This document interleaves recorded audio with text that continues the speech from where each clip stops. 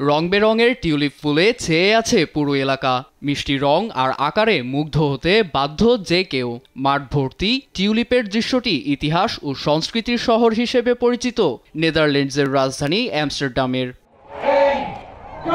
Amsterdam সময় রোববার শহরের প্রাণকেন্দ্রে অবস্থিত জাদুঘরে আয়োজিত টিউলিপ মেলায় 2 লাখের বেশি ফুল নিয়ে হাজির হয় চাষিরা। বিক্রি নয়, বরং দিবস উপলক্ষে উপহারের জন্য।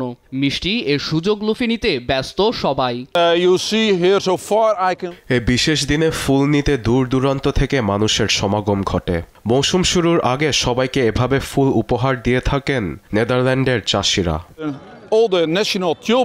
জনসমাগমে উৎসবমুখর পরিবেশে পরিণত হয় প্রাঙ্গণ। এছাড়া অ্যামস্টারডামের 750তম প্রতিষ্ঠাবার্ষিকী এ আনন্দ বাড়িয়েছে দ্বিগুণ।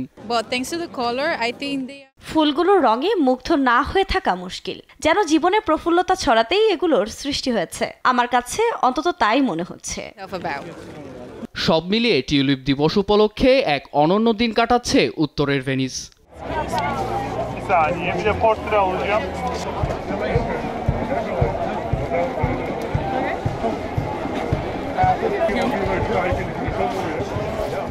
নীরব দাস, নিউজ ডেস্ক, দেশ টিভি।